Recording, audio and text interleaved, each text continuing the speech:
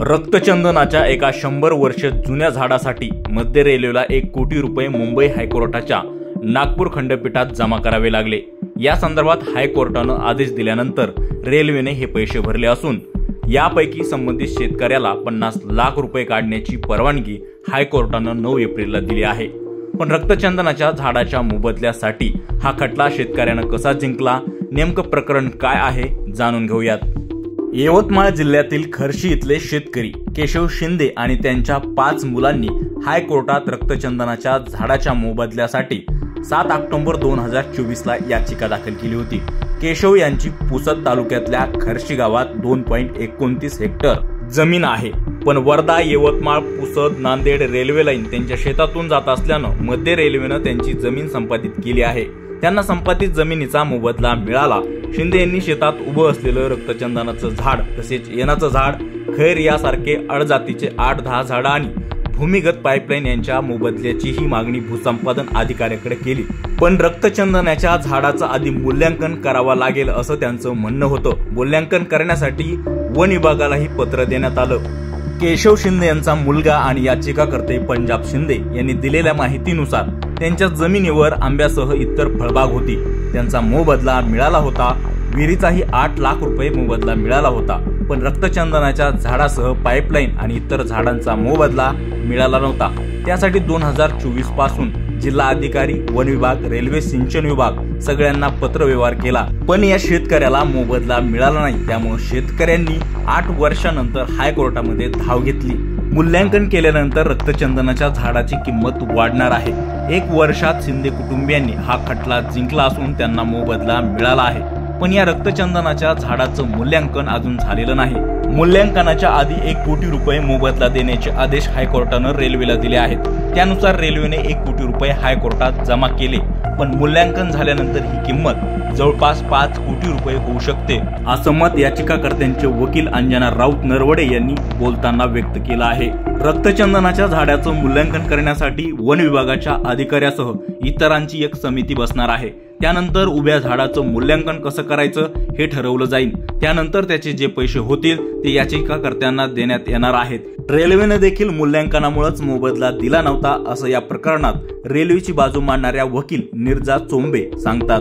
त्या पत्रकारांशी बोलताना म्हणाल्या, मूल्यांकन झाल्याशिवाय मोबदला कसा द्यायचा आणि उभ्या झाडाचं मूल्यांकन कसं करायचं हा प्रश्न होता। त्यामुळे रेल्वेने मोबदला दिला नव्हता। आता हायकोर्टाने आदेश दिल्यानंतर रेल्वेने सध्या 1 कोटी रुपये हायकोर्टात जमा केले आहेत। हे 1 कोटी रुपये फक्त रक्तचंदनाच्या झाडाचा मोबदला आहे। शिंदे यांनी आंध्र प्रदेशातून रक्तचंदनाच्या झाडाचे रेट मागवले, तसेच खाजगी इंजिनिअरांकडून देखील या रक्तचंदनाच्या झाडाचं मूल्यांकन केलं आहे। त्यानुसार त्यांनी 4,94,00,000 रुपये किंमत काढली। तसेच या जमिनीसाठी जेव्हा अवार्ड झाला तेव्हापासूनचं व्याज देखील मिळावं अशी पण याचिकाकर्ते शिंदे यांची मागणी असल्याचं त्यांनी सांगितलं। भूमिगत पाईपलाईन आणि इतर झाडाबद्दलचं प्रकरण अजूनही प्रलंबित आहे, त्याचाही मोबदला द्यावा अशी याचिकाकर्त्यांची मागणी आहे। शेतात रक्तचंदनाचं झाड आहे हे कसं समजलं? केशव शिंदे यांचं वय 94 वर्ष आहे, तर त्यांची मुलं देखील 50च्या वर आहेत। मुलांच्या सहाय्यानं त्यांनी हा खटला लढला।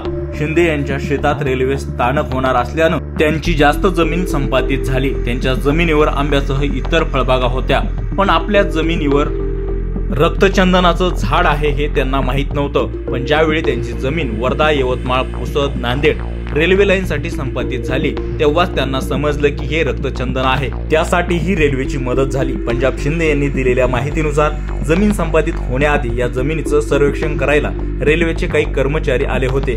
ते कर्मचारी आंध्र प्रदेशातले मूळचे होते। त्यावेळी त्यांनी सांगितलं की हे रक्तचंदनाचं झाड आहे।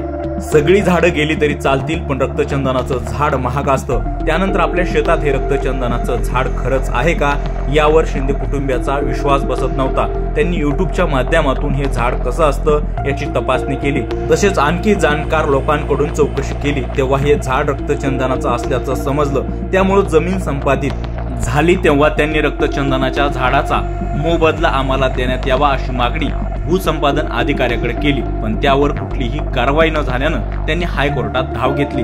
आता हायकोर्टाच्या आदेशानंतर त्यांना सध्या 1 कोटी रुपयाचा मोबदला मिळाला आहे। त्यापैकी फक्त 50 लाख रुपये काढण्याचे आदेश हायकोर्टाने दिले आहेत। सोबतच झाडाचं मूल्यांकन करण्याचे आदेश सुद्धा दिले आहेत। मूल्यांकन झाल्यानंतर एका रक्तचंदनाच्या झाडाची किंमत किती होते त्यानुसार शिंदे कुटुंबियांना मोबदला मिळणार आहे। एका झाडासाठी 1 कोटी मिळाल्यानंतर शेतकरी काय म्हणाला? कोर्टाचा आदेश आल्यानंतर याचिकाकर्ते शेतकरी पंजाब शिंदे म्हणाले की मोबदला पाहिजे होता तसा मिळाला नाही, पण माननीय कोर्टाच्या आदेशानंतर मूल्यांकन होऊन आम्हाला योग्य मोबदला मिळेल अशी आशा आहे। आम्हाला त्यावेळी झालेल्या अवॉर्डानुसार मोबदला मिळावा अशी आमची मागणी आहे। पंजाब शिंदे सार्वजनिक बांधकाम विभाग कर्मचारी होते, पण निवृत्त झाल्यानंतर जो पैसा मिळाला तो सगळा पैसा या प्रकरणात मोबदला मिळण्यासाठी गेल्याचंही ते सांगतात। सध्या रक्तचंदनाचं झाड शिंदेच्या शेतात उभं आहे। तसेच रेल्वे लाईनचं काम प्रगतीपथावर असून हायकोर्टात प्रकरण असल्यानं शिंदे यांच्या शेतातलं काम बाकी आहे। रक्तचंदन नेमकं काय असतं आणि इतकं मौल्यवान का? रक्तचंदनाची झाडं ही मुख्यतः आंध्र प्रदेशच्या तामिळनाडूला लागून असलेल्या चिंतूर, कडप्पा, कुर्नूल आणि निल्लोर या 4 जिल्ह्यात पसरलेल्या शेषाचलमच्या पर्वतरांगामध्ये आढळतात। जवळपास 5 लाख स्क्वेअर हेक्टरच्या परिसरात पसरलेल्या जंगलात आढळणाऱ्या रक्तचंदनाच्या झाडाची सरासरी उंची ही 8 ते 11 मीटर असते। हे झाड सावकाश वाढतं, त्यामुळे त्याच्या लाकडाची घनताही अधिक असते। तज्ञ लोक सांगतात की लाल चंदनाचं लाकूड हे इतर लाकडांपेक्षा अधिक वेगानं पाण्यात बुडतं, कारण त्याची घनता पाण्यापेक्षा जास्त असते। हीच खऱ्या रक्तचंदनाची ओळख असते। चीन, जपान, सिंगापूर, ऑस्ट्रेलिया, संयुक्त अरब अमिरात या देशांमध्ये रक्तचंदनाला अधिक मागणी आहे। चीनमध्ये याची सर्वाधिक मागणी आहे। रक्तचंदनाच्या झाडासंदर्भात आपल्याला काय वाटतं? या शेतकऱ्याला मोबदला मिळाला पाहिजे का? या संदर्भात आपल्याला काय वाटतंय? आमच्या कमेंट बॉक्समध्ये नक्की व्यक्त व्हा।